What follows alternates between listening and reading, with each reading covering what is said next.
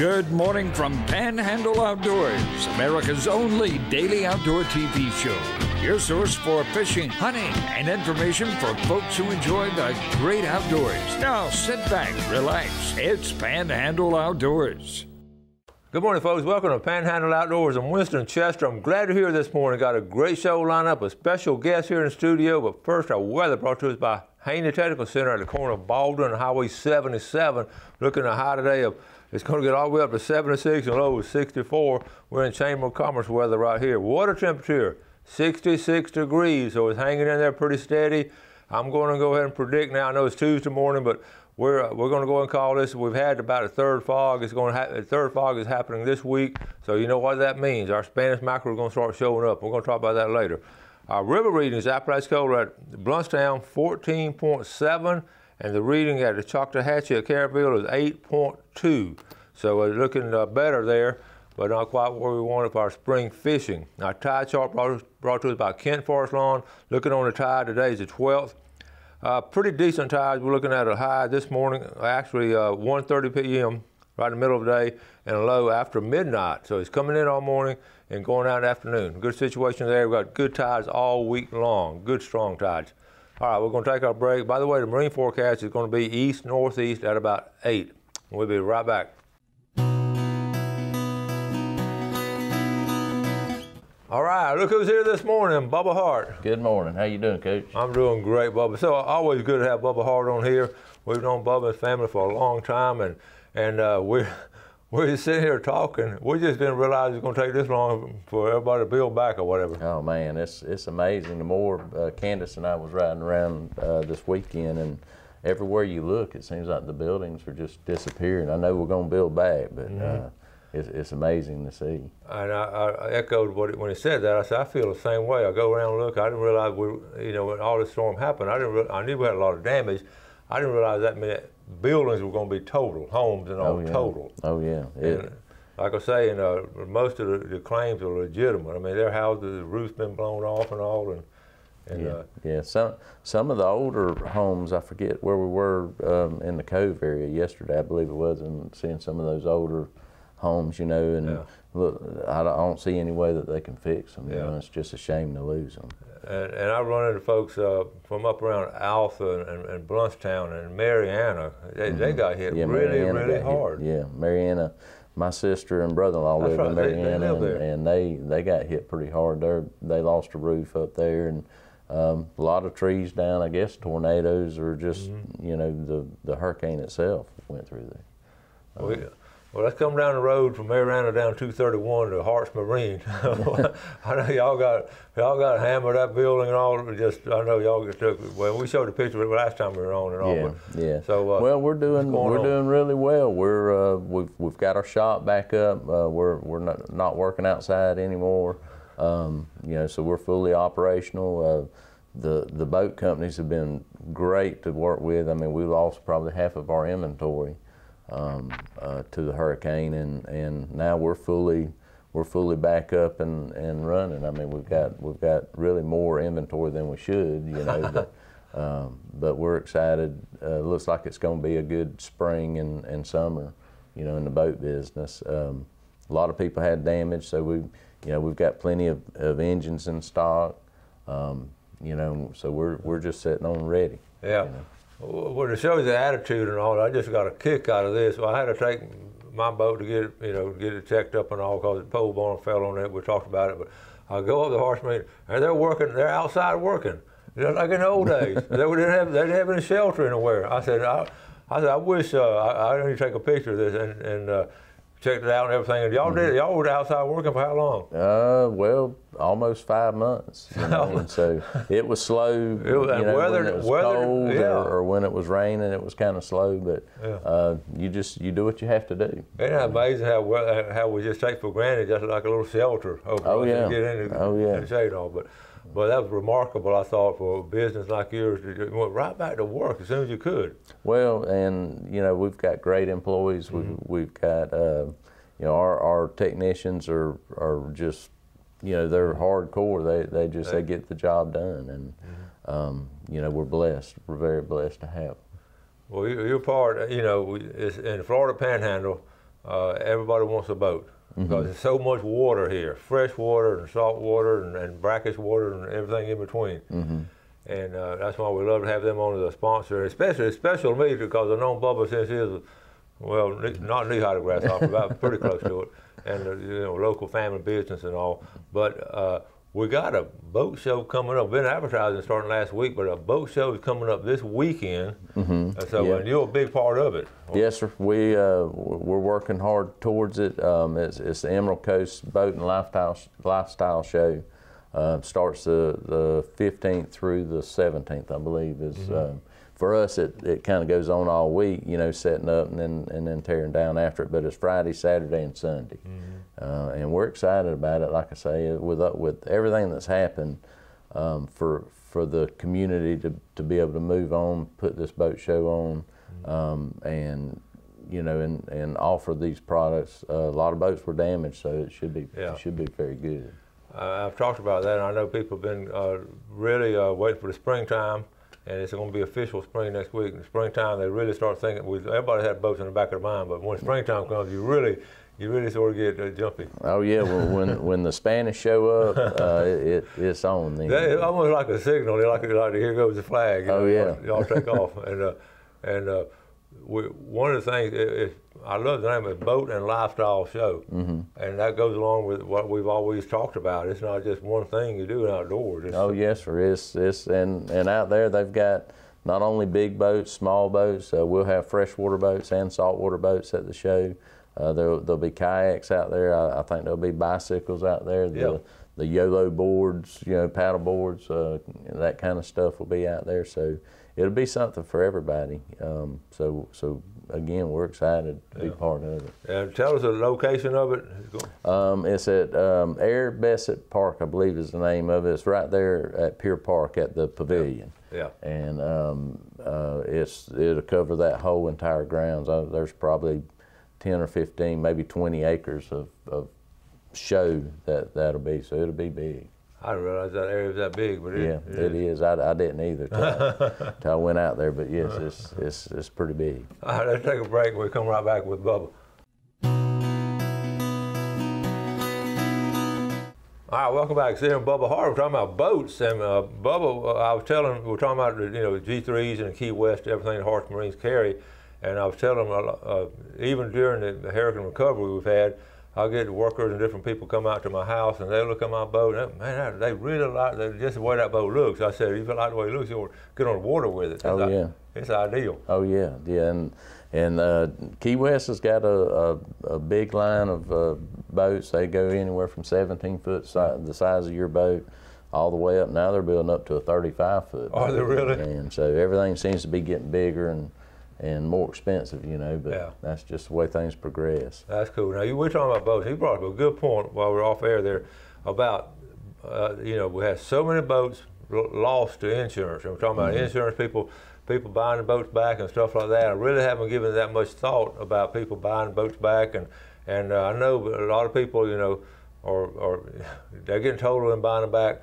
And the insurance companies, they're not dumb. They're not.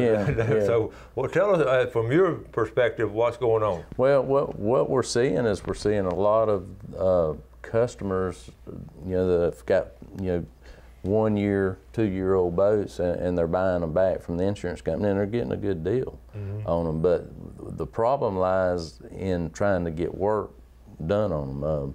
Fiberglass work, aluminum work. A lot of them were rolled over. The T-tops were broke on them. The consoles busted out of them, and the problem we're seeing is they're getting a good deal. But I've got Paul Flagg, Professional Fiberglass, does our work for us, and he was telling me a few days ago that if he didn't take another boat in, he was 6 months out on being able to even touch another boat. Oh, good. And so, what's happening, and the insurance companies, like you said, they're not dumb. They would rather see 50% of their money up front than have to wait a year, to be able to sell that product or auction it off after it's repaired.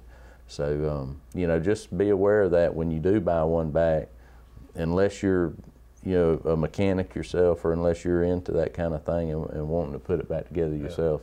There is a substantial weight on parts and getting fiberglass work and even in some cases motor work done on it. You know, so it's that's a good point. Yeah, it's just something to think about. Yeah. You know? Bob, I was fascinated after the storm seeing these folks, a lot of them from South Florida, because I talked about them, driving up here with big old flatbed trailers, and they were just going on house to house picking up these RVs and these boats and taking them back down to South Florida to salvage them. I talked to them and all. I mean, they were all set up. They knew, this was within like 2 weeks after the storm hit. Oh, yeah. They knew what they were doing. Oh, yeah. And there's companies out there that are buying them, carrying them to South Florida and having them fixed and then reselling them down there. If you get a good deal, you really might need to check on it. Oh, yeah. Travel trailer or boat. Oh, yeah. And, you know, what we've seen, not so much with this storm, but with some of the storms in the past, you know, with Harvey and some of the ones in the past is dealerships will lose entire engines still in the crate. They'll be sunk, and, you know, the insurance companies will buy them, and then they'll auction them off, and then what happens is they're still in the crate, they look fine, and then you go to try to crank them and they're locked up. You know? And so, you know, in Yamaha there's no warranty on that, you know. Because it's not been titled, has it? Well, it's not been titled, and when it's sold by the insurance company, it's sold as a total. As is. As a total loss, as is. Yeah, that's interesting. So you got to be aware of that. Now, we talked about Key West and all. The G3s, that's a popular boat. Yes, sir. You got plenty of them out there? Oh, yeah. Yeah, we got more coming, too. Do you really? Oh, yes, sir. But they've got a lot of new products out there. They've got a new 1710, their Sportsman series, a 1710, 1810, 1910. It's a fully rigged, fully ready to go bass boat or panfish boat. Comes with a trolling motor, comes with the bottom machine, battery charger. I mean, basically you get in it, turn the key, it's ready to go. You don't have to buy anything else. Refresh my history on how the G3s came about, the history of that. How did they, the company, was it? It was three, and I think their last name was Gordon, but it was a grandfather, a father, and a son. And basically it started out as Generation 3. It was before we got into them. And they sold out to another company, and that company used Yamaha to power their boats. And the way I hear it told is they kind of got behind the train a little bit with Yamaha, and Yamaha ended up acquiring the company, and that's when it became G3 boats. And Yamaha has owned them since then and done really well with them. And where are they put together? Lebanon, Missouri. In Missouri. And it's interesting because Tracker, G3, Lowe, there's several brands within a 10-mile area that are all assembled in Lebanon. Yeah. I guess the workforce out there is pretty well trained. I mean, pretty good workforce. I guess so. They know aluminum boats for sure. And they don't have very many hurricanes and all to slow them down, do they? No, sir. Not at all. Okay, now let's talk. Well, I know you didn't. Real quick, let's switch channels. You didn't get to hunt much this year, did you? No, our property. We've got some property in Georgia, and we've been working on it. We've been cutting some trees on it, and then of course with the hurricane, it just didn't get to do a whole lot. The storm affected up there too, or? We lost several trees. We probably, and we're losing more now with all the rain and all. It's just the ground is so saturated that they're just falling with any kind of wind at all. So, so we ended up clear cutting, and we're replanting. Okay, and a lot of people are doing that. We're talking about we have this pin up. What's going to happen? All these fish haven't been caught. All these deer haven't been killed. So when it busts open, it's going to bust open. You feel that way? You know, you're speaking strictly as outdoorsman because you've been fishing. Yeah, I mean, with the fishing especially, I follow Panama City Fishing on Facebook, and I follow several other Facebook groups, and people are not fishing like they were. Right. You know, and so I believe it's going to be very, very good this year.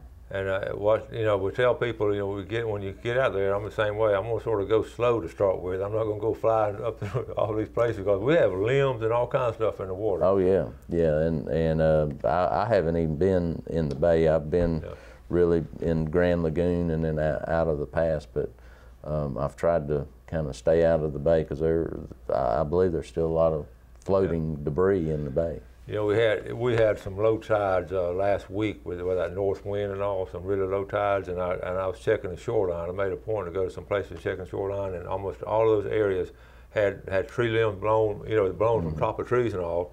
It's not really dangerous, but it is sort of if you're out there in shallow water and hit it with a prop or something. Oh yeah, yeah, it could throw you out of the boat. So if you get a chance, exactly. If you get a chance to scout out your area, especially if you have some more low tides coming up, scout out where you're going to be fishing and all this summer. Let's take our final break. We'll be right back.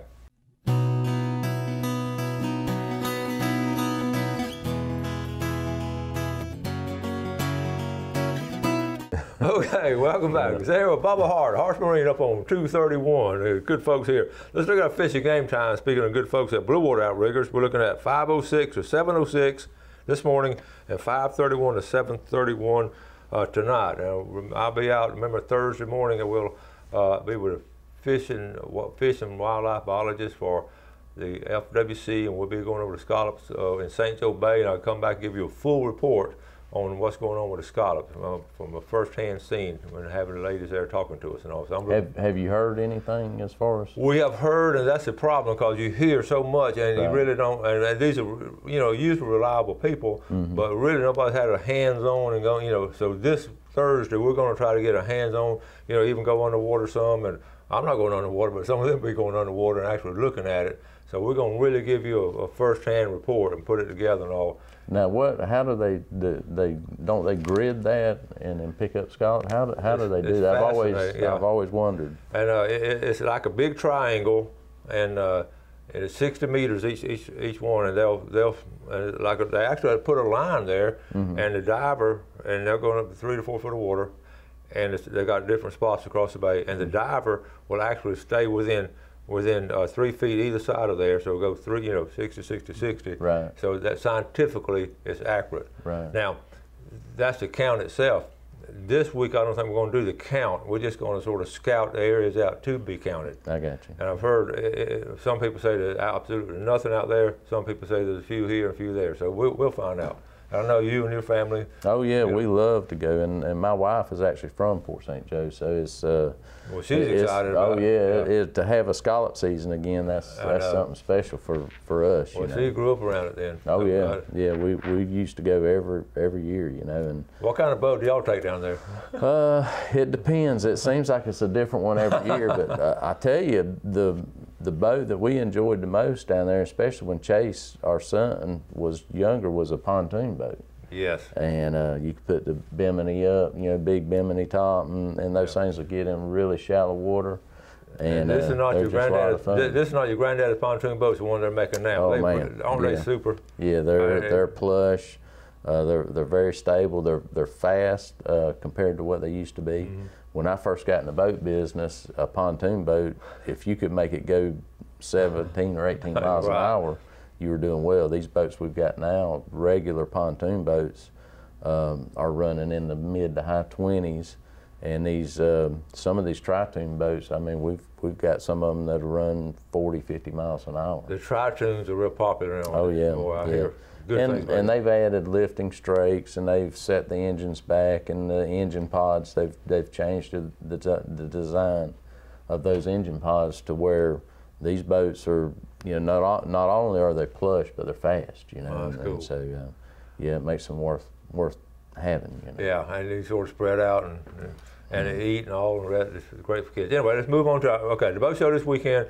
Bob and I were talking off air. We're going to do this now. We're going to give away some stuff at the boat show. He's going to give away some. I'm going to have a surprise, and we're going to give it. I'm going to let him decide, maybe the 15th or 20th person. But this weekend, if you go by and say, "Hey, I saw you on Panhandle Outdoors," then you will automatically qualify for a gift. And we're going to maybe say the 15th person that said it, or the 18th, or I'm going to let you decide. I'm going to put the pressure on you. Okay.